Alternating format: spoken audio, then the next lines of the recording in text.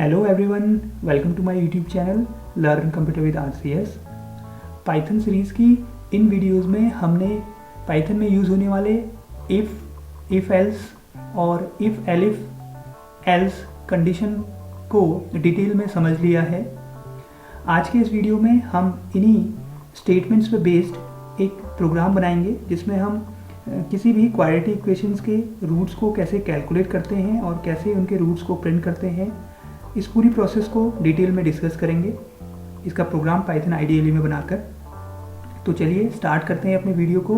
But before starting the video, अगर आप channel में नए हैं तो चैनल को सब्सक्राइब कर लीजिए और नोटिफिकेशन के लिए you can press the bell icon ताकि लेटेस्ट वीडियोज़ की जानकारी सबसे पहले आपको मिल सके। Let's start our video.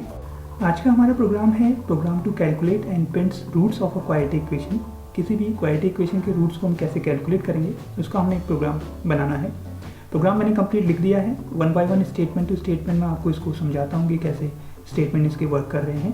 सबसे टॉप मोस्ट स्टेटमेंट आप यहाँ से ध्यान से देख रहे होंगे, यहाँ पर लिखा हुआ है इम्पोर्ट मैथ। एक्चुअली होता क्या है, पाइथन के पास अपनी क्या एक लाइब्रेरी है। उस लाइब्रेरी में कई सारी फाइल्स स्टोर्ड हैं और उन फाइल में कई सारे फंक्शंस बने हुए हैं, डेफिनेशंस फंक्शंस की।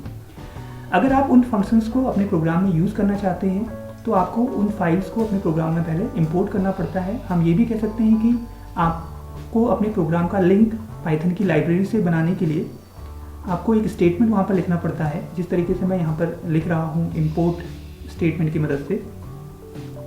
ठीक है, मैं यूज़ कर रहा हूँ यहाँ पर एक मैथ से रिलेटेड फंक्शन अपने प्रोग्राम में। ठीक है, अगर मुझे मैथ से रिलेटेड फंक्शन को यूज़ करना है अपने प्रोग्राम में तो मुझे उस फाइल को इंपोर्ट करना पड़ेगा। उसके लिए मैंने एक स्टेटमेंट लिखा है यहाँ पर इंपोर्ट मैथ। ठीक है, जब भी इंपोर्ट आएगी आपकी फाइल, उसके बाद आप इस फाइल के अंदर जितने भी फंक्शन की डेफिनेशंस हैं उन फंक्शन की डेफिनेशन को कॉल कर करके आप उनका यूज़ कर सकते हैं। वहाँ से आपको कोई वैल्यू रिटर्न प्रोवाइड करेंगे। ओके, तो मैंने यहाँ पर मैथ्स फाइल को इंपोर्ट कर लिया है सबसे पहले, ताकि मैं मैथ्स के कुछ फंक्शंस जो भी यूज़ करना चाहूँ अपने प्रोग्राम में यूज़ कर सकता हूँ। ठीक है, वो मैं आगे आपको बताऊँगा अभी। उसके बाद नेक्स्ट स्टेटमेंट है प्रिंट स्टेटमेंट, जिसमें लिखा हुआ आएगा for quadratic equations enter the value of coefficient A B and C. मतलब कि आपको अब क्या है, ए और ए बी सी आपकी जो क्वाड्रेटिक इक्वेशन है वो है A X square plus B X plus C, इस फॉर्मेट में है। तो इसका मतलब इसके कोफिशिएंट्स आपको इंटर करने पड़ेंगे, ए बी सी की वैल्यू, कॉन्स्टेंट वैल्यू जो है। उसके लिए आपने 3 स्टेटमेंट यहाँ पर लिख दिए और 3 वेरिएबल ले लिए हैं ए बी सी नाम से। First enter the value of A की वैल्यू आप इनपुट करेंगे, फिर then enter the value of B, इसी तरह enter the value of C. तीनों वैल्यूज आपने इनपुट कर दी कीबोर्ड से।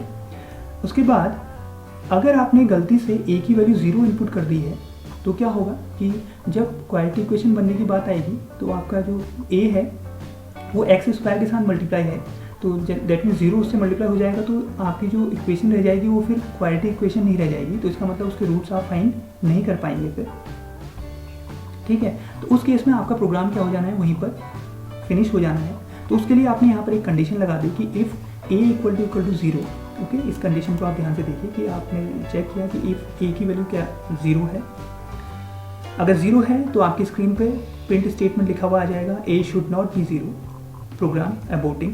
प्रोग्राम मतलब एक तरह से फिनिश हो गया है, यहीं पर ख़त्म हो जाएगा, आगे प्रोसेस नहीं करेगा कंट्रोलर, आपका प्रोग्राम यहीं पर फिनिश हो गया है। अदरवाइज अगर आपने तीनों values non zero value input करी हैं ए बी सी की, तो प्रोग्राम का कंट्रोलर आपका एल्स केस में जाएगा। एल्स केस में वो देखेगा कि सबसे पहला स्टेटमेंट क्या है, वहाँ पर डी आपने एक वेरिएबल लिया है, ये रिप्रेजेंट कर रहा है डिस्क्रिमिनेंट को। ठीक है, जिसकी वैल्यू होती है बी स्क्वायर माइनस 4ac। इसी डिस्क्रिमिनेंट की मदद से आप फाइंड करते हैं कि इस जो क्वाड्रेटिक इक्वेशन आपके पास है इसके रूट्स कैसे होंगे, इक्वल होंगे या अनइक्वल होंगे या इमेजनरी होंगे।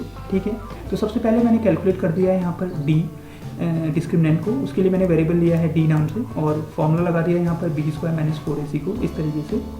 ठीक है, एंड देन इसके बाद मैं चेक कर रहा हूँ डी की वैल्यू को, जो भी मेरी कैलकुलेटेड वैल्यू आई डी की, उसको चेक कर रहा हूँ। उसमें पहले केस में मैंने इफ़ कंडीशन यहाँ पर लगाई है कि if D is greater than 0, अगर डी 0 से बड़ा है, डी की वैल्यू 0 से बड़ा है, तो इस केस में जो आपके रूट्स होंगे वो रियल होंगे और अनइक्वल रूट्स होंगे। मतलब कि that means you can find the 2 roots of this equation which are unequal and real. Okay, तो उसके लिए आपके पास फॉर्मूला होता है, आप यूज़ करते हैं -b + under root B square minus 4ac upon 2a, जिसमें प्लस माइनस एक बार प्लस रूट लेते हैं, एक बार माइनस रूट लेते हैं। उसी फॉर्मूले को आपको यूज़ करना है अलग अलग रूट निकालने के लिए। मैंने दो वेरिएबल यहाँ पर लिए हुए हैं, रूट 1 जो कैलकुलेट करेगा फर्स्ट रूट को, उसके लिए मैं प्लस का फॉर्मूला यहाँ पर यूज़ करूँगा, माइनस b प्लस मैंने यूज़ किया, और साथ में यहाँ पर मुझे लिखना है, आप ध्यान देंगे यहाँ पर लिखना है मुझे under root B square minus 4ac। आप बी स्क्वायर माइनस 4ac को आपने यहाँ पर ऑलरेडी कैलकुलेट कर लिया है डी के फॉर्म में, और स्क्वायर रूट निकालना है उसका। तो स्क्वायर रूट निकालने के लिए मैं यहाँ पे यूज़ कर रहा हूँ एक मैथ के एक फंक्शन SQRT फंक्शन का, ठीक है। पाइथन की जो लाइब्रेरी है, लाइब्रेरी में मैथ नाम की जो फाइल है, फाइल में आपका एक SQRT की डेफिनेशन वहाँ बनी हुई है, उस फंक्शन को आप यहाँ पर कॉल कर ले रहे हैं। आपने लिखा math.sqrt और उसके अंदर पास कर दिया डी जो आपने कैलकुलेट किया था बी स्क्वायर माइनस 4ac के रूप में, ओके, एंड अपॉन 2 इंटू ए। यहाँ पर थोड़ा सा ध्यान दीजिएगा, पैरेंथेसिस आप यूज़ करेंगे क्योंकि पहले ये एक्सप्रेशन कैलकुलेट होना है, फिर आपका डिनोमिनेटर वाला एक्सप्रेशन कैलकुलेट होना है, तब उसके बाद डिवाइड होना है, ठीक है, क्योंकि ऑपरेटर की प्रेसिडेंस आपने पढ़ी हुई है, उसके लिए हम पैरेंथेसिस का यूज़ यहाँ पर करेंगे, ठीक है। इसी तरीके से आपका रूट 2 भी आप कैलकुलेट करेंगे, रूट 2 के लिए भी आप फॉर्मूला वही यूज़ करेंगे, बस प्लस की जगह पर क्या यूज़ हो जाएगा, माइनस यूज़ हो जाएगा, ठीक है। आई होप आपको ये SQRT फंक्शन का यूज़ समझ में आ गया होगा, क्यों हमने इंपोर्ट करी फाइल और क्यों हम यहाँ पर SQRT फंक्शन यूज़ कर रहे हैं, ठीक है। SQRT फंक्शन स्क्वायर रूट निकालने में मदद कर रहा है, और यहाँ पर हम स्क्वायर रूट निकाल रहे हैं बी स्क्वायर माइनस 4ac का, और बी स्क्वायर माइनस 4ac की जगह पर मैंने यूज़ कर लिया डी, क्योंकि मैंने वो कैलकुलेट कर लिया है पहले ही, ओके। एंड देन जब रूट 1 और रूट 2 कैलकुलेट हो जाएंगे तो उसके बाद प्रिंट स्टेटमेंट में लिख दूंगा the roots of this quadratic equations are real and unequal, ये आपकी स्क्रीन पर लिखा हुआ आएगा, और उसके बाद नेक्स्ट जो प्रिंट स्टेटमेंट है वो रूट 1 और रूट 2 को आपकी स्क्रीन पर प्रिंट कर देगा। ये तो था केस जब d की वैल्यू ग्रेटर देन 0 होती है। अगर d की वैल्यू ग्रेटर देन 0 नहीं है तो उस केस में क्या, उस केस में आप चेक करेंगे कि क्या d की वैल्यू 0 तो नहीं है। अगर d की वैल्यू 0 होती है तो कंट्रोलर सीधे आपका एलिफ कंडीशन पर आएगा और यहाँ चेक करेगा कि d इक्वल टू 0, तो कंडीशन उसको क्या मिलेगी, ट्रू मिलेगी। तो उस केस में क्या होंगे, इसके जो रूट्स होंगे वो रियल और इक्वल रूट्स होंगे, मतलब दोनों रूट क्या होंगे, बराबर होंगे, ठीक है। तो इसका मतलब आपको एक ही रूट कैलकुलेट करना है और उसी की वैल्यू आप दो जगह प्रिंट कर देंगे तो सेम रूट ही प्रिंट होगा। तो आपने यहाँ पर एक वेरिएबल ले लिया रूट 1 और फॉर्मूला यहाँ पर यूज़ कर लिया माइनस b अपॉन 2 इंटू ए, इस तरीके से, क्योंकि यहाँ पर d की वैल्यू तो ऑलरेडी 0 है तो स्क्वायर रूट निकालने का तो कोई मतलब बनता नहीं है, ठीक है। तो इस रूट 1 आपने कैलकुलेट करा, रूट 1 कैलकुलेट कर दिया, उसके बाद स्क्रीन पर प्रिंट स्टेटमेंट लिखा हुआ आएगा the roots of this quadratic equations are real and equal, and then उसके बाद रूट 1 और रूट 2 को आपने प्रिंट किया है और वैल्यू आप दोनों जगह क्या प्रिंट कर रहे हैं, रूट 1 की ही वैल्यू प्रिंट कर रहे हैं, क्योंकि दोनों रूट्स क्या हैं, सेम है, इसलिए आपने उसी सेम रूट को दो जगह प्रिंट कर दिया, ठीक है। तो इस तरीके से आपने इसके रियल और इक्वल रूट्स को प्रिंट किया। अगर ये भी कंडीशन नहीं होती है, दैट मीन्स ऑब्वियसली अगर d 0 से बड़ा भी नहीं है, 0 के इक्वल भी नहीं है, तो 0 से छोटा होगा, तो उस केस में आपका कंट्रोलर सीधे एल्स केस में आएगा और आपकी स्क्रीन पे लिखा हुआ आएगा roots are complex and imaginary, okay. तो रूट्स क्या है, इसका मतलब आपके कॉम्प्लेक्स और इमेजनरी रूट्स हैं, उनको कैलकुलेट करने का तरीका दूसरा होता है, वो हम यहाँ पर नहीं सीख रहे हैं, हम केवल ये बता दे रहे हैं कि रूट्स क्या है उसके, कॉम्प्लेक्स एंड इमेजनरी है, ओके। तो इस तरीके से ये कंप्लीट प्रोग्राम बन गया है किसी भी क्वाड्रेटिक इक्वेशन के रूट्स को कैलकुलेट करने का। आप इसे सेव कर लीजिए, ओके। मैंने सेव कर लिया है डेस्कटॉप पे इसको, एंड देन रन इट। जब प्रोग्राम को हम रन करेंगे तो सबसे पहले आपसे ये a की वैल्यू इंटर करने को बोलेगा। आपने इंटर कर दी सपोज a की वैल्यू 3 और b की वैल्यू आपने इंटर करी 5 और c की वैल्यू आपने इंटर करी है 2। इस केस में ये आपकी स्क्रीन पे लिखा हुआ आ रहा है the roots of this quadratic equation are real and unequal, और रूट 1 भी कैलकुलेट कर दिया और रूट 2 भी कैलकुलेट कर दिया। दैट मीन्स कौन सा केस यहाँ पर ट्रू हो रहा होगा, इसमें ट्रू हो रहा होगा d greater than 0, okay. Now run it again. अब हमें फिर से a b c की वैल्यू इनपुट करनी पड़ेगी। इस केस में मैं a की वैल्यू इनपुट कर रहा हूँ 2 और b की वैल्यू 3 और c की वैल्यू मैंने 4 इनपुट कर दी। तो आपकी स्क्रीन पर लिखा हुआ आ गया roots are complex and imaginary.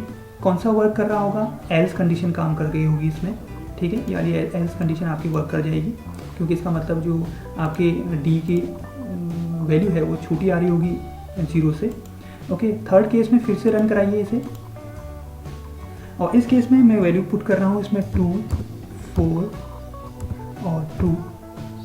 तो उस केस में आप देखेंगे ध्यान से, तो जो आपके रूट्स आ रहे हैं वो रियल और इक्वल आ रहे हैं, और दोनों रूट उसने क्या प्रिंट कर दिए, -1.0 और -1.0। ओके, आपने रूट 1 और रूट 1 दोनों जगह प्रिंट किया था। आप प्रोग्राम में ध्यान से देखेंगे तो वहाँ पर आपका ये इस तरीके से प्रोग्राम आपका चल रहा है। ठीक है, एक और केस चेक कर लेते हैं जिसमें यूज़र गलती से ए की वैल्यू 0 इनपुट कर देता है सपोज। तो दोबारा से मैं एक बार इसको रन करा रहा हूँ। ठीक है, यहाँ पर ए की वैल्यू हो गई है 0, बी की वैल्यू हो गई है 2 और सी की वैल्यू हो गई है 1। तो इस केस में मुझे क्या आउटपुट मिलता है, यहाँ पर सीधे सीधे लिखा हुआ आ जाएगा A should not be 0, program aborting. Program आपका क्या हो जाएगा, वहीं पर फिनिश हो जाएगा, क्योंकि आगे आप कोई भी रूल्स उसके फाइंड नहीं कर पाएंगे। तो इस तरीके से चारों कंडीशन हमने इसमें देख ली है आउटपुट में कि कैसे ये प्रोग्राम कंप्लीट वर्क कर रहा है। आई होप आपको ये प्रोग्राम कंप्लीट समझ में आ गया होगा कि कैसे हम किसी भी क्वालिटी इक्वेशंस के रूट्स को कैलकुलेट करते हैं। इसको आप ट्राई करिए, और अगर आपको कुछ चीज़ इसमें समझ में नहीं आता है तो आप कमेंट के माध्यम से मुझसे पूछ सकते हैं। इस वीडियो में बस इतना ही। कैसा लगा आपको वीडियो, आप कमेंट सेक्शन के थ्रू मुझे कमेंट करके बता सकते हैं। अगर वीडियो अच्छा लगा है तो इसे लाइक करें, शेयर करें, और चैनल को अभी तक सब्सक्राइब नहीं किया है तो चैनल को सब्सक्राइब कर लें। मिलते हैं अगले वीडियो में एक नए प्रोग्राम के साथ। Thanks for watching.